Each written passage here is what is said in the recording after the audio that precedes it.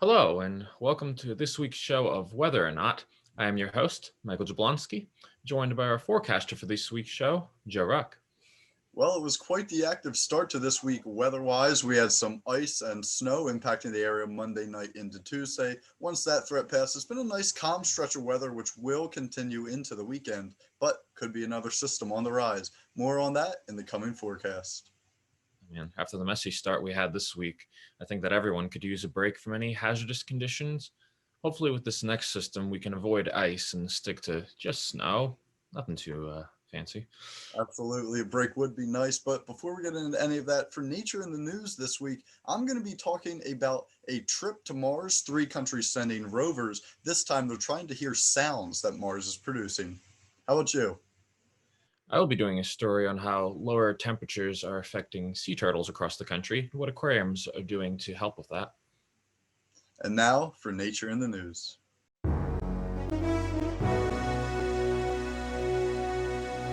A total of three Mars missions are planned from the United States and two other countries with goals of capturing the sounds that can be heard on Mars. This would be one of many milestones the missions plan to achieve. NASA expects its 2020 rover, nicknamed Percy, to carry two microphones and land on February 18th. One will record the noise made by laser pulses emitted from the rover to hit rocks, which will help scientists identify their types. The other microphone will record the sound of the spacecraft entering the Mars atmosphere and anything else it can hear on the surface. Some of the sounds that we're used to hear on Earth, like whistles or bells, would be almost unhearable on Mars, according to NASA. This is because the atmosphere of Mars is only about 1% as thick and is mostly carbon dioxide, so sound waves behave differently there. I don't know about you, but I'm very excited and hopeful that we'll get to hear some sounds from Mars. Despite relatively mild temperatures across the country this winter, a recent wave of cold air has forced aquariums to make adjustments for their beloved sea turtles. Sea turtles are cold blooded animals, so they cannot regulate their body temperatures as easily as people can. When water temperatures drop below 50 degrees, sea turtles often experience a condition known as cold stunning. This condition decreases the circulation and heart rate of the turtles, causing them to experience symptoms similar to that of hypothermia. If not rescued in time, the turtles can experience death. Cold stunning often occurs in smaller areas of water, such as bays or inlets, where water temperatures can change more rapidly. This winter, aquariums all across the country are playing their part in helping the sea turtles. Rescue operations are occurring everywhere from California to Florida to New York, as tanks are being set aside for the animals to properly rehabilitate. The sea turtles usually take a month or two for their bodies to fully recover before they are released into warmer waters.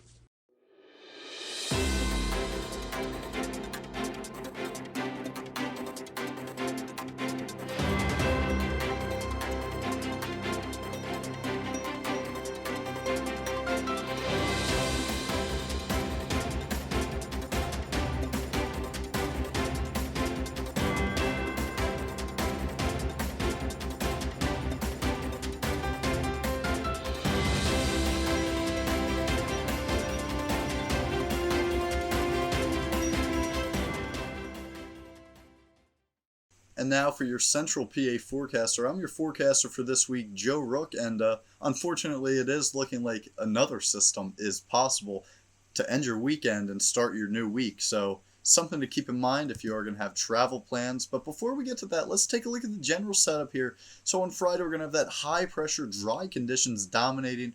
Will be some lake effect snow impacting northern New England across to western New York and parts of northwestern PA, but I think Central PA will escape from this particular event. Then comes Saturday, we're going to get some cold Canadian air. I'm talking single digit wind chills, dangerous cold. So if you are going to be outside, limit your time, limit your skin exposure because you will be at risk of frostbite and other conditions from that extremely cold weather. So definitely keep that in mind. But then as we head into Sunday, you will see our next system approaches our next winter weather system because it's looking like we could be dealing with snow from this event. The track is very important as a small shift north or south will have a significant impact on your snow totals. So be sure to stay tuned to your forecast for the most accurate information. But this is looking like it could be another event to bring us some significant wintry precipitation. But before that, taking a look at this weekend, here we are Friday, 25 degrees, but that is unrealistic when you factor in the gusty winds, making that wind feel very cold against your skin, as I mentioned. And there's no relief really in sight until after this event moves through, replacing it with a new air mass, because as we do head overnight Friday, get down to 11 degrees. Going to be flat out cold out there, folks. Please be smart if you are out and about, because it doesn't take too long, as much as 15 minutes, and you can get frostbite and potentially cause some self-harm unintentionally. And then as we do head into Saturday, we're going to have a high of 28 degrees, so a milder warm-up, and the sun will be peeking through some clouds, so that is a very welcome sight.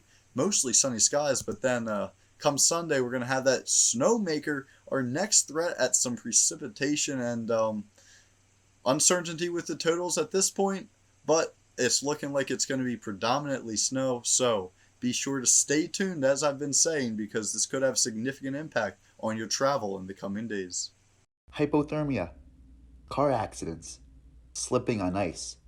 These are just some of the many risks winter weather can bring, especially in Pennsylvania. Whether it be blizzards, lake effect snow, snow squalls, ice, or bone-chilling cold, the National Weather Service's mission is to predict and communicate risks to the public. Out of the NWS's plethora of winter-related hazard headlines, 14 are issued throughout Pennsylvania. While thresholds vary across the state, inclement winter weather is most common in the Laurel Highlands, the Pocono Mountains, and the lake-effect snowbelt regions. For example, in a place like Harrisburg, which isn't used to as much snow, the thresholds are going to be a little bit lower compared to a place like Warren County or even Erie County that gets blasted by lake effect snow very regularly. The NWS office in State College has core partners like the Pennsylvania Emergency Management Agency, the Pennsylvania Department of Transportation, social scientists, and private sector companies that rely on winter hazard headlines to help the public exercise safe winter weather precautions. However, the plethora of headlines can jeopardize and confuse those affected. In order to provide the protection of life and property and enhancement of the national economy, the NWS has undergone an initiative called Hazard Simplification. So as a part of the Hazard Simplification Initiative, the goal is to simplify the messaging as much as is reasonable.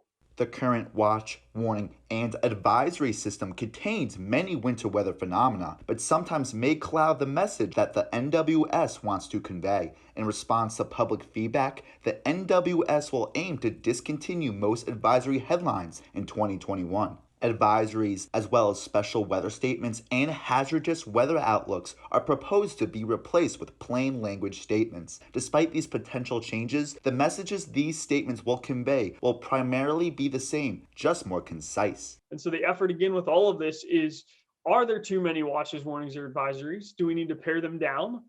Do we need to reintroduce some for particular hazards that are going to be more hazardous?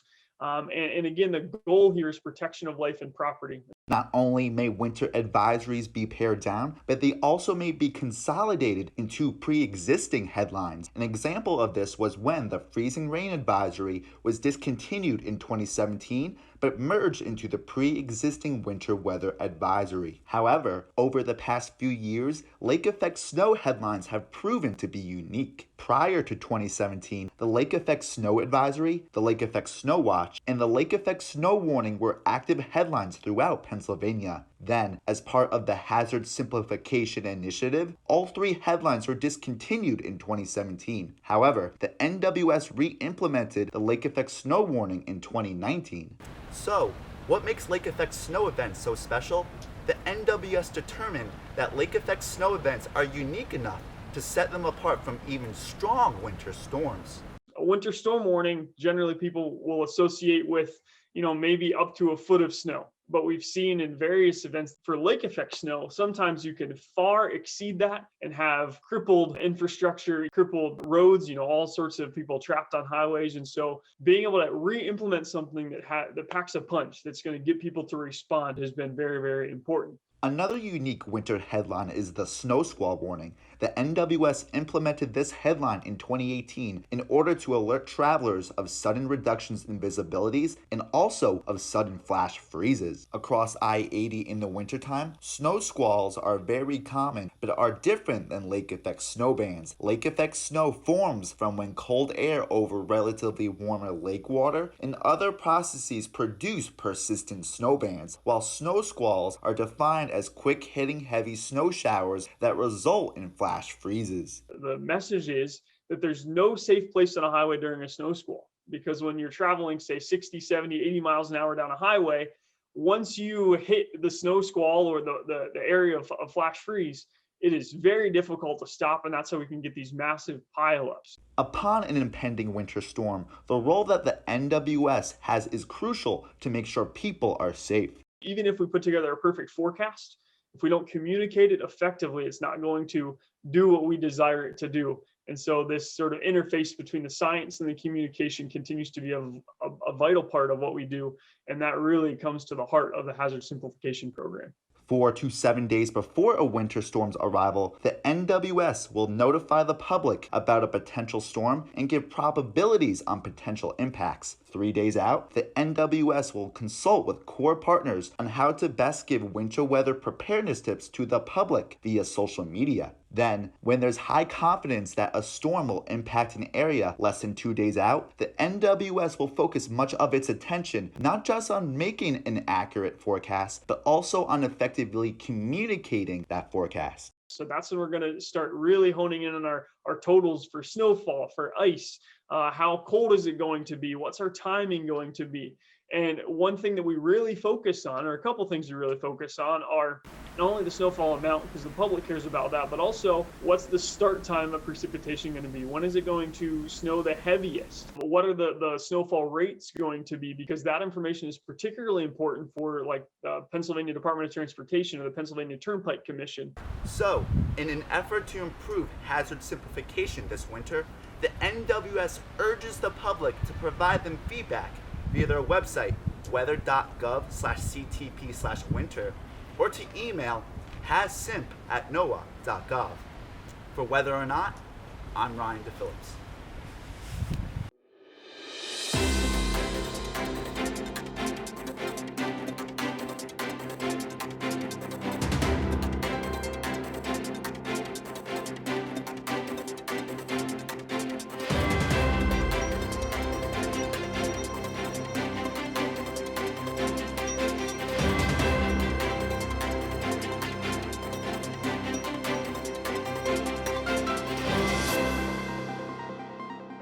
And now for a look at your extended forecast, or I'm your forecaster once again, Joe Rook here to give you a little look farther ahead. But before we get to that, for this weekend, we're going to stay dry Friday and Saturday.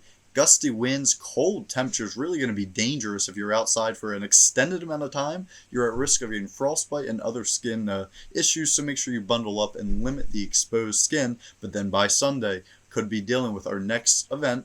Could be some snow with this one and potentially rain mixing in. Be sure to stay tuned to your forecast for that. But taking a look farther in the week, Monday looking like we're going to still be getting that system from Sunday on its way out. So Monday we're going to stay below the average this year, but precipitation is possible. The middle chunk of your week will stay dry, even mostly sunny come Thursday, and above average temperatures to end your week Thursday and Friday. I should mention though, Friday there could be the chance of some more precipitation during the earlier hours, so keep that in mind if you're going to make plans Friday. There is the threat of precipitation at this range, but that all could change as we do get closer, and above average temperatures are looking likely. And now for the Weather Whiz quiz question. How many Mars missions are planned in the month of February? Is it A, 2, B, 3, C, 4, or D, 6? And the correct answer to that question is B, 3. And I have to say, Joe, it always amazes me just what we're doing with robots nowadays, both on Earth and out of Earth. Absolutely, and especially 3 missions in 1 month. That's some incredible stuff to think that robots are relatively new when you look at the large scope of things. And that's all the time that we're going to have for this week's show. I'm Joe Rook. And I'm Michael Jablonski. Have a great weekend.